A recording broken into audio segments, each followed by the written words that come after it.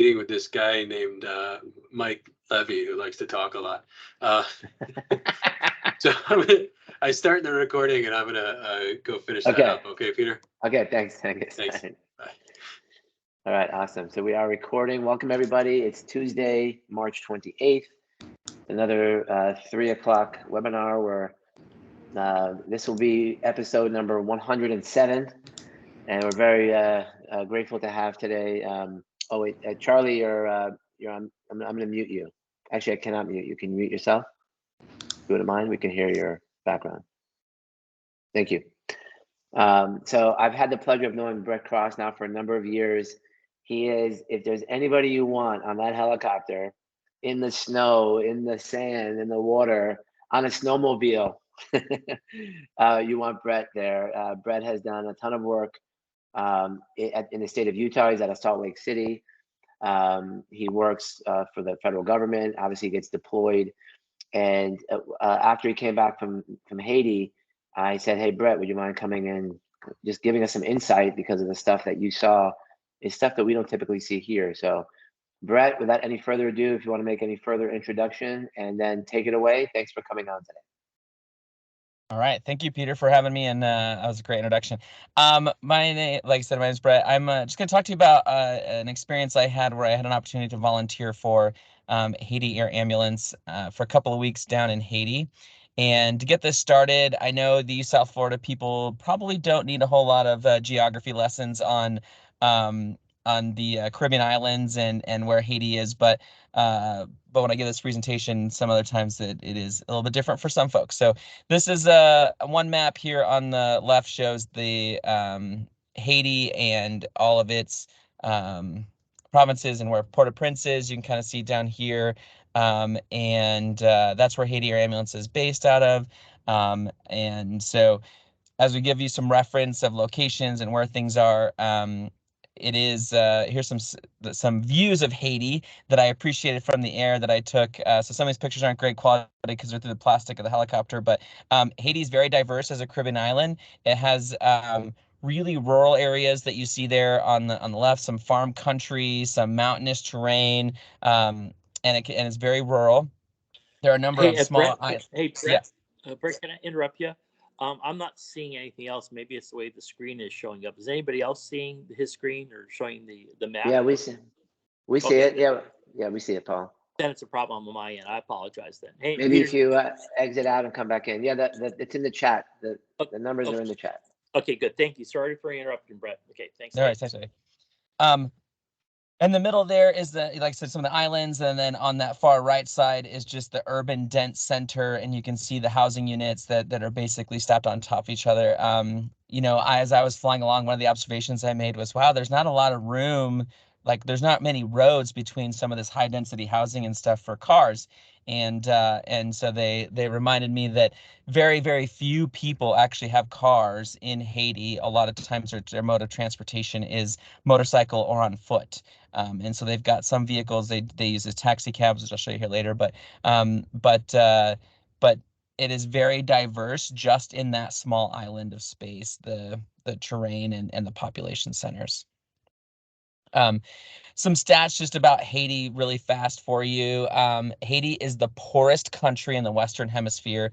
And it also at one point was the wealthiest colonies in the Americas. So it went from one of the wealthiest colonies to the poorest. And 80% of Haitians live below poverty level. Some statistics have their daily living somewhere around $2.50.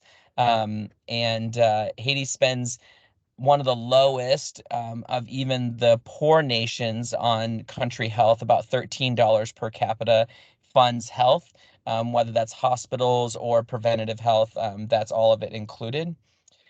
Movement between hospitals can take hours and sometimes is impossible. So, like some of those spots we talked about in those rural remote villages, access to healthcare is almost non-existent. Even in some of the more urban centers moving since the president's assassination, the earthquake in 2010, there's a lot of instability with the government in Haiti on the whole. And so gangs have kind of taken over a lot of the ruling authority of Haiti. And so along some of the more traveled routes, they've set up checkpoints, and those gangs require taxes or tariffs or some form of payment to cross, making it impossible for ambulances to often get patients from one place to another. There are always kidnappings that are being reported, and so the risk of being kidnapped when you're on some of those roads and traveling between places is really difficult. And so there is definitely a need for patient movement, and given the terrain and the current political climate, oftentimes by ground ambulance is just not possible. So talking about some of the hospitals, here's a couple of pictures. I know there's a lot of patient photos in this one. I didn't take these two pictures per se. These are what the inpatient units at the hospitals look like. You can tell it's very different than us here in the U.S. I just want to point out right here, there is a this oxygen canister. If you can see this, and this patient has oxygen on. When we would bring patients into the hospitals, if they were on oxygen, they would have to bring these big bottles next to the bed. There was no infrastructure for oxygen in the walls of any of the hospitals, so they would just bring this big bottle next to your bed. When you are brought to the hospital, either by Haiti ambulance or whatever, you are required to bring somebody with you who will help you with your daily cares needs. Linens are not provided, hospital gowns are not provided, your meals are often not provided. And so when you go to the hospital, you're getting specific medical care treatment, but you're not getting any of those other ancillary hospital wraparound services that we're used to here in the US. I flew with a physician who worked at one of the busier, larger hospitals, and she said that, you know, if a patient would present at the emergency room, they don't have the medications inside the emergency room to take care of that. They would send that person to a pharmacy to go get the medications on the open market at one of the dispensaries. If the pharmacy had it, hopefully they had it, and if the family had money to pay for it, then they would bring that medication back and the hospital administer it. There are just some things that they didn't even have inside the hospitals to provide care for folks. This is where Haiti Air Ambulance comes in. Haiti Air Ambulance is a nonprofit that's actually based out of New York. And they provide helicopter service to Haiti free of charge to all Haitian nationals.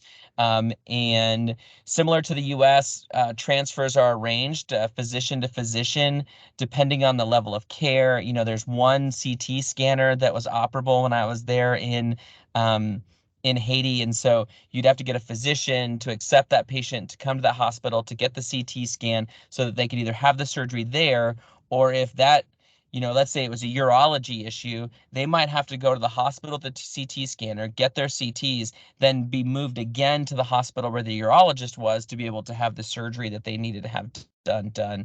And so they work together, all the hospitals in their systems, to try to, you know, go where the specialty of the doctor that might be there is, to see those patients, whether it's pediatrics or, like I said, urology or some of the others. And so the Haiti Air Ambulance, while it's critical care, while we provide lots of things, on average, though, most of our patients are just helping them move between places. So we can provide them medical care. We can get them from one hospital to another hospital, often saving them hours, if not days, of commuting.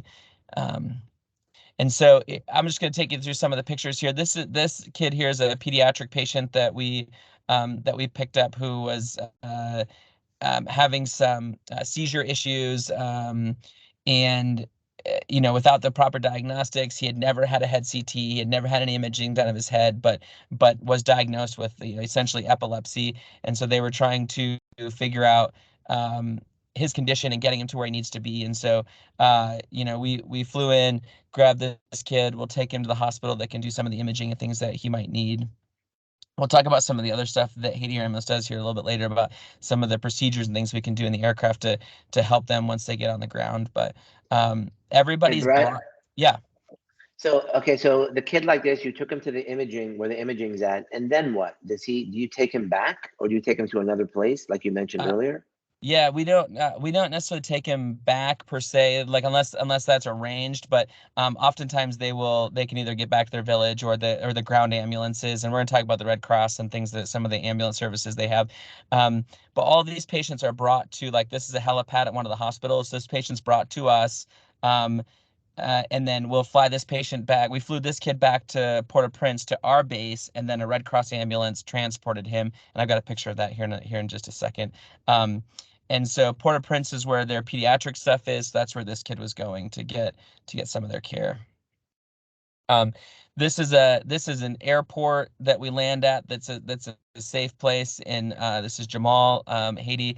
And this car that's right here in the corner, this is how the patient arrived. So her family had to get her to us.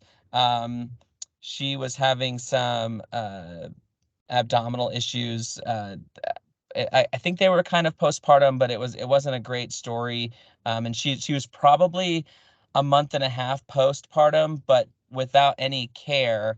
There was no treatments or plans for her. And so this is just an example of another spot that would go to, how the patients would arrive to us, and they would have disjointed stories and things like that, and trying to get information out of them. So the lady that's here, kneel down next to her, she's actually a physician in Haiti. So we always fly with one Haitian EMT who operates basically at the paramedic level, and then 2 ALS providers. So a Haitian physician or a American or Canadian or some other healthcare provider, a flight nurse, a flight paramedic is also one of their attendants. So this patient was lucky to have one of the Haitian EMTs, one of the Haitian physicians, and myself to be able to help take care of her and get her back to where she was going.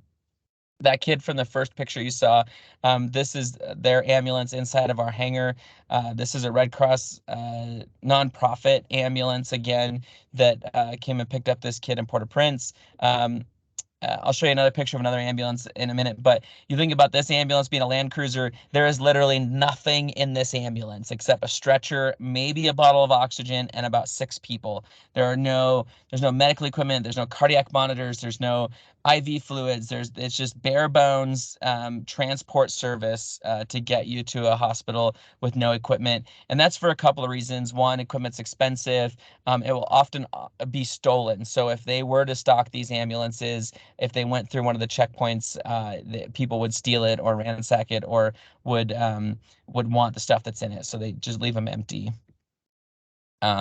This is one of the islands that we landed on a beach on the island and picked up another kid. This kid fell from some distance, unknown distance, but had a hemo-pneumo on the right side. That had a chest x-ray done, but needed a chest tube placed, and so they weren't going to do that there. And so we flew this kid to the other physician. You see the white cap up there close to that. She's another one of the physicians, Dr. Flora. So she was actually going to place the chest tube at her hospital once we got this patient there. And he was stable enough for the flight, so we could have done it there, but he was stable, so we were just going to wait till we got to the operating room there at their other hospital to do that. Another example of another location. This is actually at a school. You can see in the background, there's a bunch of kids lined up against the fence back here watching us load this patient, but they brought this patient from the community hospital out to this school where we have this landing zone pre-identified. And so we were able to pick up this patient and move them as well. Again, this kind of show you some of the different images that we have. This one is one of those most rural, remote communities that I flew into to pick up this patient. If you can see this little dirt track here where this motorcycle was, that's how all the roads in the community were. They were just single track motorcycle tracks, not even roads wide enough for cars. And she arrived on this motorcycle carrying her own backpack and her own IV fluids in her hand from the transporter from the hospital. A couple things that we can do. I talked about some of the things that we try to do in the air that we know that the patients may or may not get. One of those is that we operate an EPOC. So this is probably the most comprehensive labs that this patient will likely receive from the hospitals that they go to.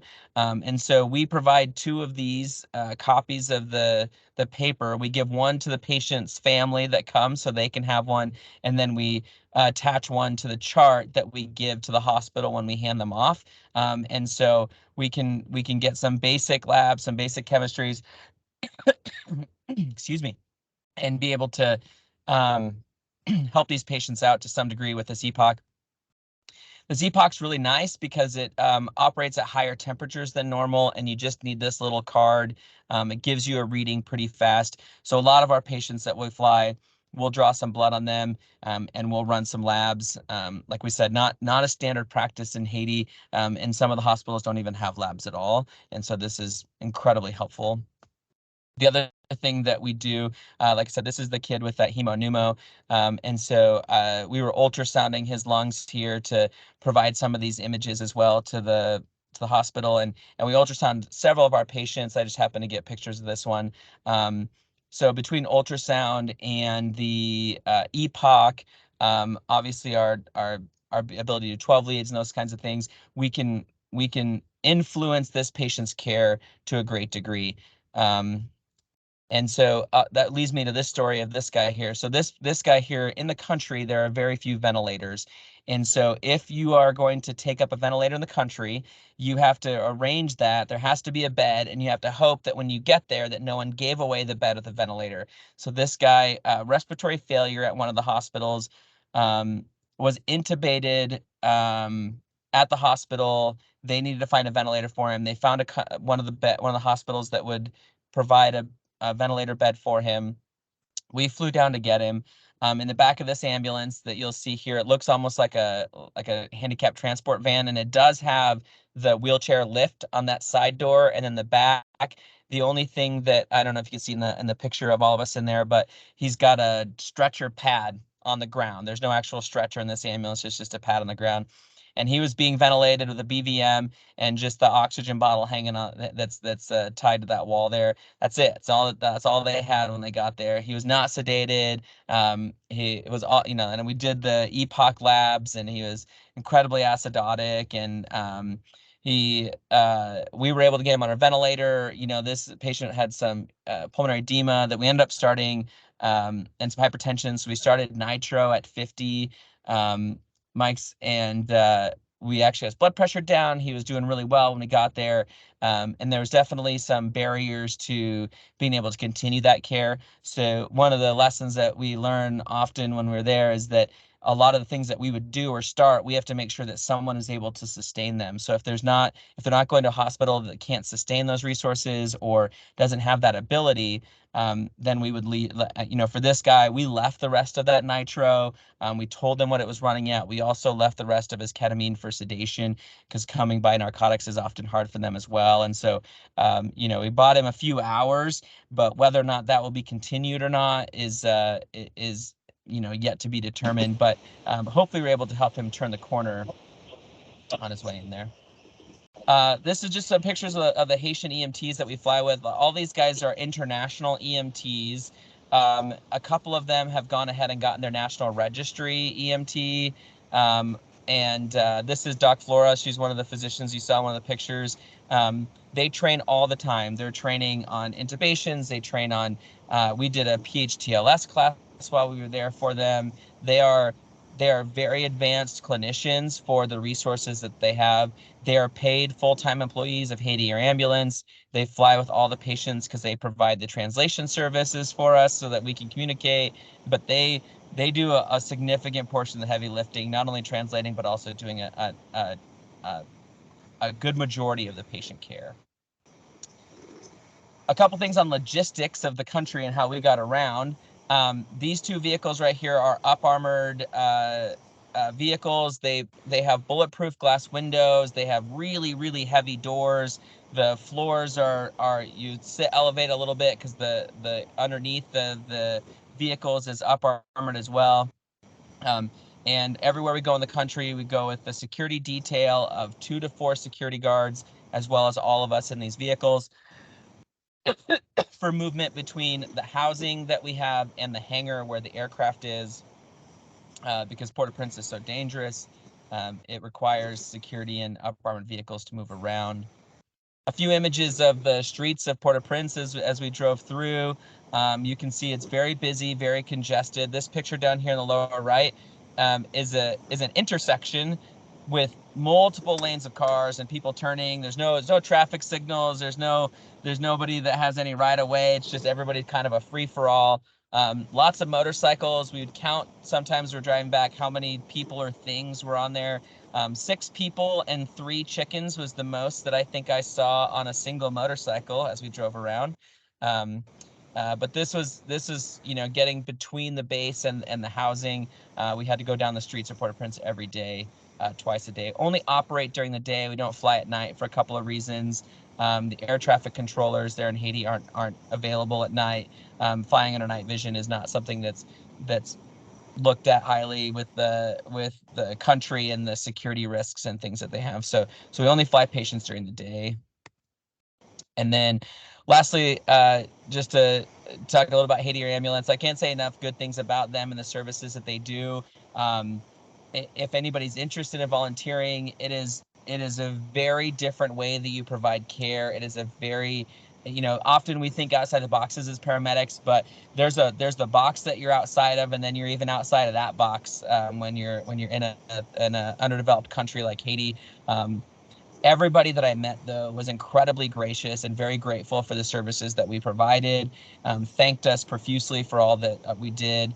I can say that, you know, I will definitely, number one, go back and do another 2 weeks there. But also, if anybody's interested, they do have a volunteer program.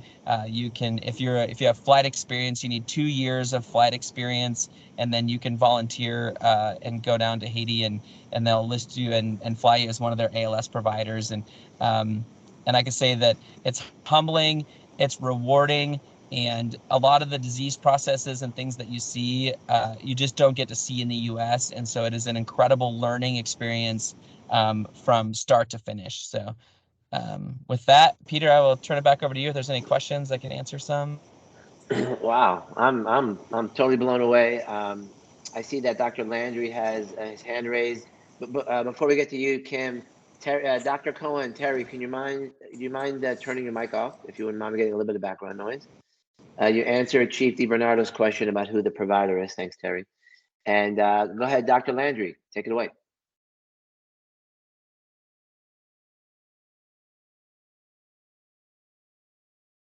Kim, you want to unmute yourself?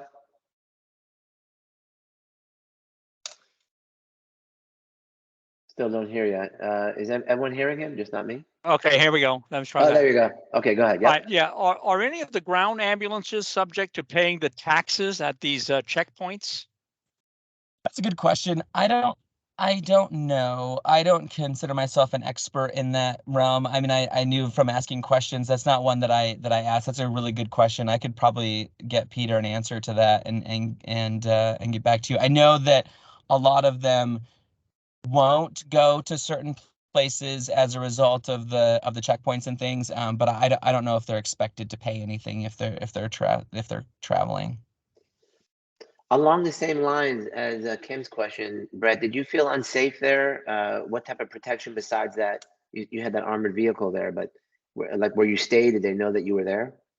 Yeah, so I never felt like my life was in danger. We went everywhere with lots of security. So there were, you know, in Port-au-Prince itself, we never left whatever compound that we were at because of the safety issues. But once we got in like the rural communities, there was a few times that we'd get in the back of the ambulance, drive over to the hospital to deliver a patient, or we could leave the aircraft in that improved area we were. But they know those security risks and they know what they are. You know, one night while we were there was a lot of gunfire near our housing district, and so we were all later joking about this. We were like a bunch of Midwesterners that when you hear the tornado alarms go off, you go outside to see where the tornado is instead of going to your basement. So we heard a bunch of gunfire, so we all went outside to see if we could see where it was coming from. Realized that was probably not the best idea that we had the whole time we were there. So you know, we went to the supermarket. The supermarket was heavily secured with guards as well. The compound that we had was really close to the airport and had a private security firm that let people in and out. Everybody had assault rifle, like AK-47s at all the gates and checkpoints that we went through for security. So I never felt like I was ever in danger. But they have a very strict security protocol, and they do everything they can do to take care of what they call expats, or the folks that are not from Haiti, and even our Haitians.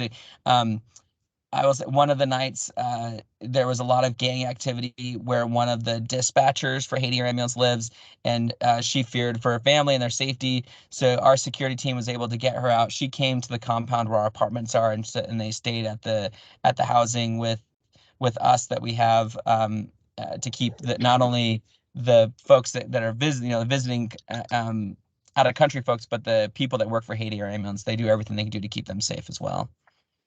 Wow, this is just incredible stuff, Brett. Question: Who funds Haiti Air Ambulance? Is it all folks in the U.S.? That's a great question. There is one major philanthropist, and I'm not going to remember his name. He's from New York. He has a love, passion for Haiti Air Ambulance, and it's essentially his foundation that provides the majority of the funding. And then recently, to expand services, they're buying a second helicopter and things. They've also undertaken another donation route to get people to fund it. But it is mainly funded by the one philanthropist from New York. And again, I should have looked up his name before I started this because I had it until I needed it, and then I'll send it to you. Okay. Yeah, and Dr. Kramer says to Kim, at least several years ago, they did have to pay at the checkpoint. So John obviously worked with the feds for many, many years. Wow. So any other final thoughts for Brett? This has been incredible. Really, it puts things into perspective, doesn't it? And you did this out of all volunteer, I presume, right? Yeah, it's volunteer. So like a little bit of like the vendoring. So the helicopter itself is owned by the nonprofit. The pilots and the mechanics and the FAA Part 135 they fly under is vended by the company that I work for as a flight paramedic, Classic Air Medical. But I went as a volunteer, unpaid volunteer to fly, but the company that I work for does have a relationship with them. Okay. Let's go over to Rocky Shores, Dr. Pepe. I know we're going to move over to your webinar right now. I think one of the things that this is incredible, and thank you for your service, Brett. It's unbelievable, because one thing I understand is that when a country, the point that he made that it being a poor country is really critical and pivotal to the whole discussion, in that recovery from things are really dependent upon your underlying, let's say, infrastructure. And so places like Japan can recover really quickly, like from Fukushima. Haiti will never recover from what's going on. It's going to be there, and it compromises the political situation as well. And so working under the circumstances is just unbelievable, because it's also very frustrating. There's not the kind of usual things that you have to help make things better. And so a lot of times a lot of people wanting to go there, you're acting more like almost at a nursing capacity sometimes. And so it just has a lot of, I just want to say there's a lot of heroism here, quite frankly. Okay. So thank you so much for the work. And it's also very sad for the people of Haiti as well. Wonderful comments, Paul. Thank you so much, Dr. Pepe. So Brett, thank you so much. We're going to move over to Dr. Pepe's, but give us your final words. What do you have to say to all of us folks who have it bright and shiny here in the States? What are your thoughts of what we can do, or just thoughts in general as we close? Yeah, thank you. I think that oftentimes for me, when I'm in the middle of these experiences, I'm reminded of how great of a country we actually live in, regardless of our differences and things that we have. We do live in a great country, and we do have unbelievable resources. And I just am reminded often of how lucky we are, and because of that luck, how we often have to be the ones that are going in and helping, because we are just the most fortunate. And I'm grateful that I get an opportunity to go in and help. And I know that lots of people on this call, include yourself and all the physicians included, have done a lot of work abroad, and I think that we owe it to our humanity to do that. And I'm grateful that I get that little piece, and I'm thankful for what I have here in the U.S. when I come back, for sure. Well, you're an example to us all, Brett, and I'm proud to call you a friend. Thank you so much for doing this. And I think people get a lot of value when it gets up on YouTube. So thanks so much. Feel free to stick around. Angus is going to pop us over to Dr. Pepe's webinar, but thanks again so much. Thank you. And by the way, as Angus is moving us over, I got an incredible lineup. I mean, the people who are saying yes to the webinar are it's just been incredible. So we have just a phenomenal lineup coming up over the next, I think I have the next 3 months filled up. So stay tuned, and thank you all for joining every week in and out. I appreciate that. And let's see if Angus is still talking to Mike Levy or not. If not, I can do the honors. Oh, there's Angus.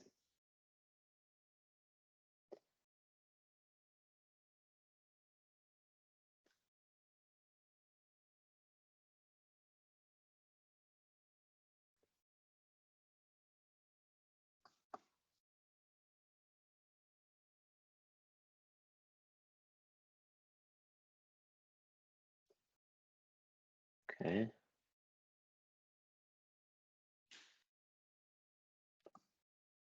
I guess I'm gonna do it. So just stay tuned here. Let me join the Eagles first, and then.